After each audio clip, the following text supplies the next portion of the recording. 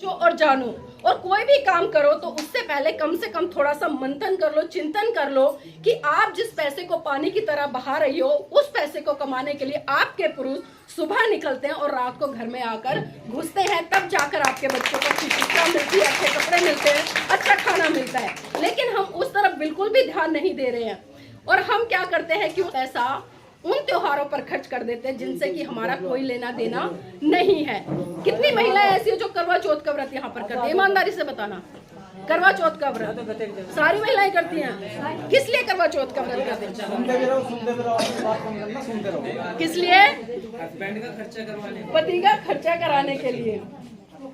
भैया कह रहे पति का खर्चा कराने के लिए, मैं उनकी बात से सहमत हूँ। लेकिन बहुत सारी महिलाएं क्या कहती हैं कि भाई करवा चौथ का व्रत करने से पतियों की लंबी उम्र होती है, यही कहते हैं ना। अब इसका मतलब क्या समझे? अब इसका मतलब क्या समझे? अब आप तो इनकी लंबी उम्र के लिए करवा चौथ का व्रत कर रहे हो, चलो मैं मान लेती हूँ। अब इनसे पूछो कि ये आपकी लंबी उम्र के लिए कौन सा व्रत करते हैं? भाई कोई भी पुरुष आपकी लंबी उम्र के लिए कोई व्रत करता है? जब नहीं करता तो इसका सीधा सीधा मतलब क्या है कि आप जल्दी से निकले और ये दूसरी शादी कर ले।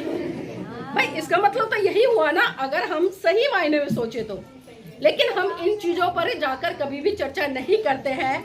और मैं बिल्कुल यहाँ पर कटु सत्य बोल रही हूँ, सुबह से लेकर शाम तक आप पूरा दिन भूखा रहती हैं, नए कपड़े खरीद कर लाएंगी, नए जेवर खरीद कर लाएंगी। और मेरे पुरुष साथी भी जब शाम को टाइम होता है, क्योंकि बार बार छत पे बच्चों को देखते हैं, बेटा देख क्या निकल गया, क्या निकल गया, भेजती है ना।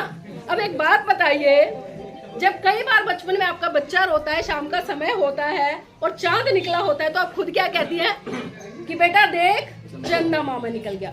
हम बोलते हैं ना अपने बच्चों को चुप कराने के लिए कि बेटा चुप हो जा, देख चंदा मामा निकल गया। और जब करवा चौथ जैसी रूढ़िवादी परंपराएं आती है तो आप उसी चांद को, उसी भाई को पति के रूप में छन्नी में से देखने का काम कर रही हैं। तो ये कैसा दोहरा मापदंड है? क्या बाबा साहब ने इसी दिन के लिए अपने 4-4 बच्चों की कुर्बानी दी? क्या इसी दिन के लिए उन्होंने अपनी जीवन संग्रहण की कुर्बानी दी कि मैं पूरा का पूरा जीवन इस देश की महिलाओं के लिए समर्पित कर गया और इस देश की महिलाएं आज भी कर्म कांड पूजा पाठ में उलझी हुई है? और मुझे दुख होता है जब एक डॉक्टर, इंजीनियर, वकील, जज, ये महिलाएं इस तरह के कर्म कांड करती है। चलो एक अनपढ़ महिला कर रही है, कोई गाँव देहात में रहने वाली महिला कर रही है, तो एक बार समझ आता है कि भाई उसकी पहुंच वहां तक नहीं है, वो पढ़ी लिखी नहीं है। लेकिन आज मैं देखती हूँ कि आपके भी घर परिवार में पढ़ी लिखी बहुएं आ रही है ना, सबके परिवार में नौकरी करने वाली महिलाएं भी है। लेकिन उसके बावजूद भी आज भी कहीं ना कहीं हम कर्म कांड, पूजा पाठ और इन त्योहारों में, जो कि हमारे बिल्कुल भी नहीं है, उनको मनाने का काम करते हैं। तो मैं आपसे यही कहूंगी कि वो पैसा जितना आप खर्च कर रहे हैं, वो सारा का सारा पैसा बचाकर अपने बच्चों की शिक्षा पर लगाएं। मैं बाबा साहब के जीवन संघर्ष से जुड़ी हुई 2 घटनाओं पर प्रकाश जरूर डालना चाहूंगी, ताकि आपको एहसास हो कि बाबा साहब ने आपके लिए क्या कुछ किया है, कितना कुछ खोया है, और आज जो आप ये जीवन जी रहे हैं, अगर बाबा साहब नहीं होते तो शायद आज हम यहाँ पर बैठकर चर्चा नहीं कर रहे होते, आज हम एक चपरासी से लेकर राष्ट्रपति नहीं बन रहे होते। मेरी बहनों, बात उस समय की है जब परम पूज्य बाबा साहब बम्बई हाई कोर्ट में प्रैक्टिस कर रहे थे। अचानक उनके पास खबर पहुंची कि बाबा साहेब, आपका बेटा राज रतन बहुत बुरी तरह से बीमार है और अपने जीवन की अंतिम सांसें ले रहा है। ये बात सुनकर परम पूज्य बाबा साहब तुरंत घर दौड़े आए और जैसे ही उन्होंने अपने बेटे राज रतन को गोद में उठाया, राज रतन ने बाबा साहब की गोद में ही दम तोड़ दिया। ये मंजर देखकर माता रमाबाई बिलक बिलक कर रोने लगी और साहब का कॉलर पकड़कर कहने लगी कि साहेब बस कीजिए, बस कीजिए साहेब, बस कीजिए। आपकी समाज सेवा के भूत ने एक एक करके मेरा पूरा परिवार उजाड़ दिया, साहेब बस कीजिए। तो बाबा साहब कहते कि रमा चुप हो जा, रमा चुप हो जा, तू तो रो भी सकती है, लेकिन मेरी तो आंखों के आंसू ही सूख चुके हैं, क्योंकि प्रतिदिन मैं अपने समाज के हजारों बच्चों को मरते हुए देखता हूँ। रमा चुप हो जा। तो माता रमाबाई फिर कहती है, साहेब मैं आज फिर चुप हो जाऊंगी, मैं आज फिर चुप हो जाऊंगी। लेकिन आप मुझे एक बात बता दीजिए कि जब जब आप अपने बेटे राज रतन को गोद में खिलाया करते थे तो बड़े हर्षोल्लास के साथ कहा करते थे कि रमा मेरा बेटा बड़ा होकर एक दिन इस देश पर राज करेगा। तो साहेब आज राज रतन तो इस दुनिया में रहा नहीं, अब मुझे आप ये बता दीजिए कि बड़ा होकर इस देश पर अब कौन राज करेगा।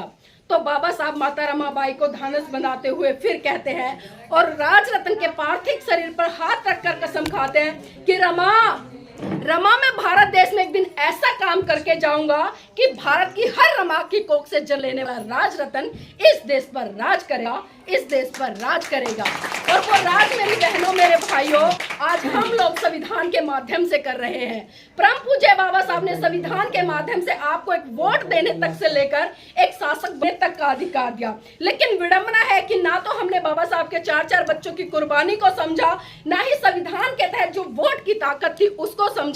अभी चुनाव गए आपके बीच में, आप वोट करने गए होंगे, क्या आपने सोचा कि हम किस पार्टी को वोट कर रहे हैं, क्यों वोट कर रहे हैं, किस आधार पर कर रहे हैं? साहब मान्यवर काशीराम जी साफ साफ कहा करते थे कि जितनी सुरक्षा, जितनी देखरेख आप अपने घर की बहन बेटियों की करते हो ना, तो उतनी ही सुरक्षा, उतनी ही देखरेख उस वोट की करो जो आपको एक शासक बनाती है। लेकिन आज हमने क्या किया, अगर आज मार्केट में आप जाएंगे, एक मुर्गा खरीद कर लाना 200-250 रुपए किलो मिलेगा। एक गधा भी खरीदने जाओगे ना, उसकी वैल्यू भी 10 या 20 या 25 हजार है। एक बकरा खरीदने जाओगे, उसकी वैल्यू भी इतनी है।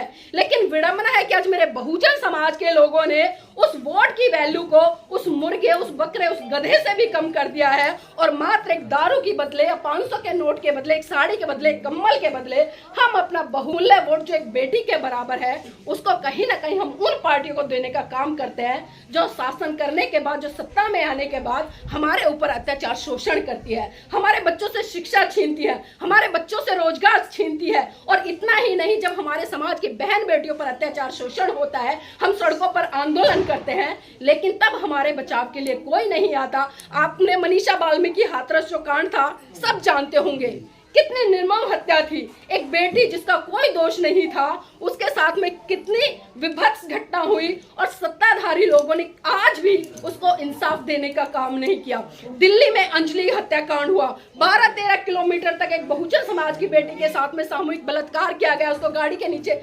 बांध कर उसको खींचा गया।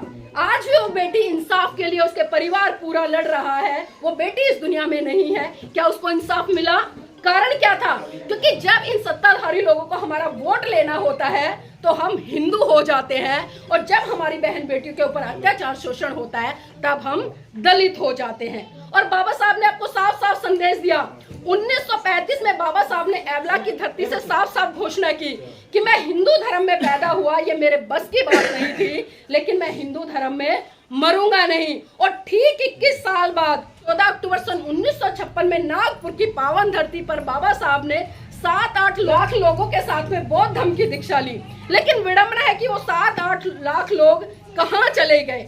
जिस देश में महाकाणिक तथागत बुद्ध जन्मे, जिस देश में उनके सिद्धांत पनमे, जिस देश में उनके सिद्धांत पनप कर इतने बड़े स्तर पर भारत की सीमाओं से बाहर निकल कर गए और भारत को एक समय में विश्व गुरु का दर्जा मिला, लेकिन विडंबना कि उसी धर्म के लिए आज हम तरस रहे हैं, उसी धर्म के लिए आज कहीं ना कहीं हम संघर्ष करते हैं। हम देखते हैं कि जब हमारे देश के माननीय प्रधानमंत्री नरेंद्र मोदी जी विदेश में जाते तो बड़े गर्व से कहते हैं कि हम बुद्ध की धरती भारत से आए हैं, लेकिन हम देखते हैं कि उस बुद्ध की धरती भारत में ही वो बुद्ध की विचारधारा से युद्ध करते नजर आते हैं। लेकिन हम इन चीजों को समझते नहीं है। बाबा साहब ने साफ साफ संदेश दिया कि भाई जाइए, आप अपने घर की दीवारों पर लिख दे कि आप इस देश के शासक हैं। ना तो इस देश के शासक बने और ना ही बाबा साहब के जो दूसरा सपना था कि मेरा ये पूरा भारत बौद्ध में हो, लेकिन हम बाबा साहब के दोनों सपनों को साकार करने में आज भी पूरी तरह से फेल है। और उसका कारण यही है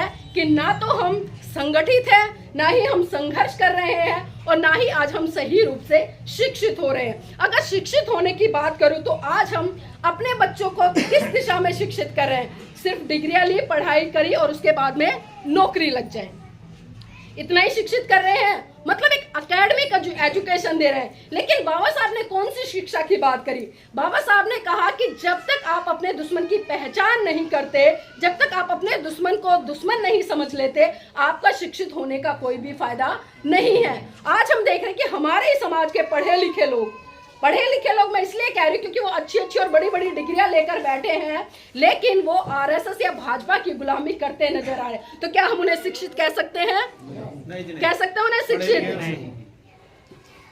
तो देखिए बाबा साहब ने कितना बड़ा संदेश दिया, लेकिन हमने उनके संदेशों को भी नहीं समझा। और बाबा साहब ने तो महिलाओं के लिए खासकर कहा कि मैं किसी भी समाज की उन्नति इस बात से आता हूं कि उस समाज की महिलाएं कितनी पढ़ी लिखी हैं और जागरूक है। अभी मैंने कहा कि हम पढ़ लिख तो गए हैं, डिग्रियां बहुत है हमारे पास में, लेकिन जो जागरूकता की बात करी, अपने दुश्मन की पहचान करी, वो आज भी शायद हमें नहीं है। आज भी कोई आता है, हमें प्रलोभन देता है, कुछ भी बताता है, हम उसकी बातें मान लेते हैं, लेकिन अपने इस विवेक का इस्तेमाल नहीं करते। अब